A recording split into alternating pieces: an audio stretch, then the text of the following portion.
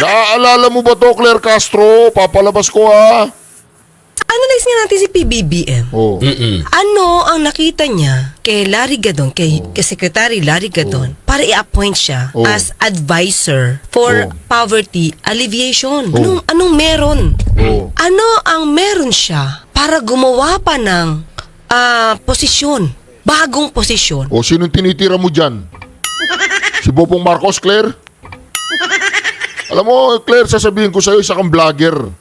Bagay sa'yo, vlogger.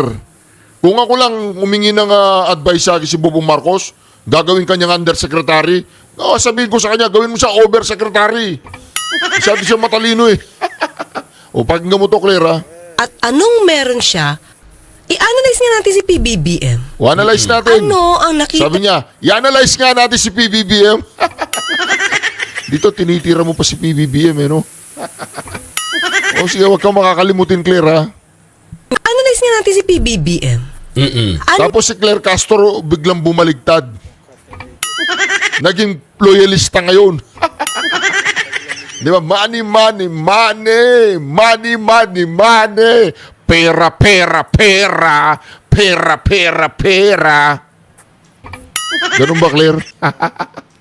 Ano ang nakita niya kay Larry Gadon, kay Secretary Larry Gadon, para i-appoint siya as advisor for poverty alleviation? Anong meron? Ano ang meron siya para gumawa pa ng posisyon, bagong posisyon? At anong meron siya para paggastusan siya ng gobyerno, di ba? Na wala sa iba at wala pa sa ibang departamento na pwedeng gawin. Diba? Ang nakakataka part na ganito, ilan na ba ang advisor ni Pangulong Marcos maliban sa mga sekretaris niya? Ibig bang sabihin nito, partner? Ayoko kasi maging nega, partner. Di ba pag sobrang dami mong advisor, para lumalabas, wala ka talagang alam. Di ba? Ang dami mong advisor, tapos may sekretary ka pa, tapos may UC ka pa, may ASI ka pa and everything. Kulang pa ba para ma-alleviate yung poverty? Di ba? Sinabihan po niya si BBM na parang walang alam. Tama ba yung narinig ko, Claire? Di ba, pakinggan natin, BBM, tignan mo to, tinitira ka niya dati. Tapos kinain niya yung suka niya. Sasabihin niya ngayon, napakatalino ni BBM. Napakadaming alam ni BBM. Huwag niyong ismuli si BBM. Hoy, Claire, pakinggan mo to, ha? Nega, partner. Di ba pag sobrang dami, ilan na ba ang advisor ni Pangulong Marcos maliban sa mga sekretaris niya? Ibig bang sabihin nito, partner? Ayoko kasi maging nega, partner. Di ba pag sobrang dami mong advisor, para lumalabas, wala ka talagang alam. Di ba? Di ba? Hoy, Claire, di ba makakalimutin ka, Claire, eh. Bigla-bigla nakalimutan mo tong pagbanat mo kay Bobong Marcos, eh. Di ba? Di ba tinitira niya si Bobong Marcos dito?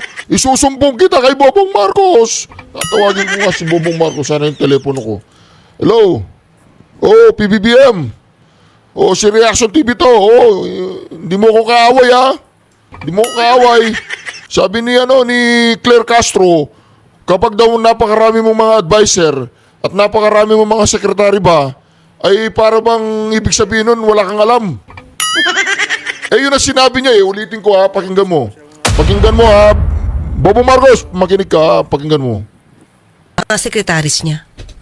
Ibig bang sabihin nito, partner? Ayoko kasi maging nega, partner.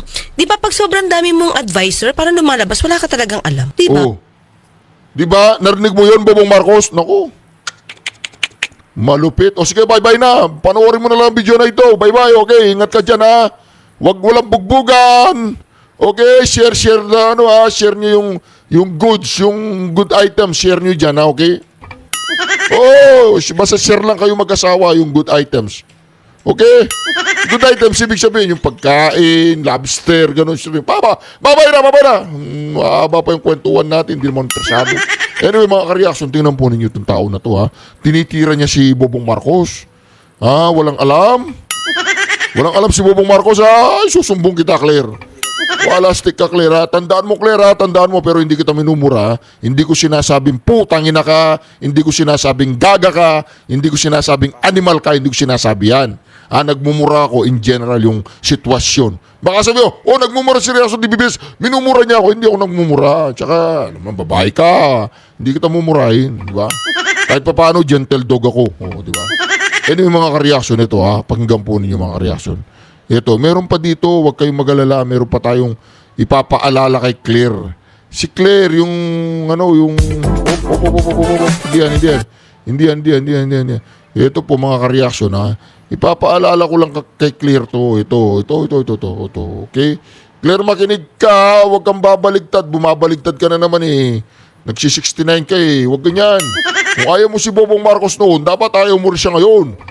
Diba? Pakinggan natin to, Mamaya, ipapaalala ko sa iyo lahat ng mga bagay-bagay, Ito parang kahapon yata siya na interview. Hirap nito because yung palay, iniisip ko na yung supply natin pag nag-El Nino talaga. Mag-import na naman tayo. Siyempre, bumagyo, partner, di ba? Ang daming nasarantang pananim. Ito lang, Tapos sinabi niya, ano kaya ang gagawin? Anong gagawin natin? Partner, DA siya, saka president. Pero ganun kasi parang namutawi sa kanya na, we do not know ano nang gagawin. In the first place, dapat alam mo. Worst comes to worst, dapat alam paano strategy. Tapos parang binanggit niya na, nako, magkakaroon naman tayo ng importation partner. So alam mo yun, parang nagbabadya na naman ng importasyon. Pero yun nga, sabi niya, parang sa Vietnam daw, parang mahihirapan ng bumili, ganyan, mamasa. Can you see, partner? Kung a-analyze mo yung word ng Pangulo natin, tayo na dating magaling sa pagtatanim, di ba? Exporter tayo dati ng bigas. Ngayon, mahihirapan na rin tayong mag-import dahil yung iba mukhang kukulangin din. Sana tayo kukuha na yan, partner. Sarili mo, hindi mo masustain, di ba, yung needs, yung bansa natin mismo. Ba't kasi nga, ang tanong natin, Pangulo ka na po, bakit nga kailangan na sa DA ka pa? Kasi baka hindi niya na ito natututukan ng husto, partner. Kaya, nakakalusot ang ganitong klaseng mga irregularidad. Tingin ko, partner, tingin ko hindi na dapat yung DA. Hindi na dapat DA. Ano? DI. Anong, bakit? Department of Importation.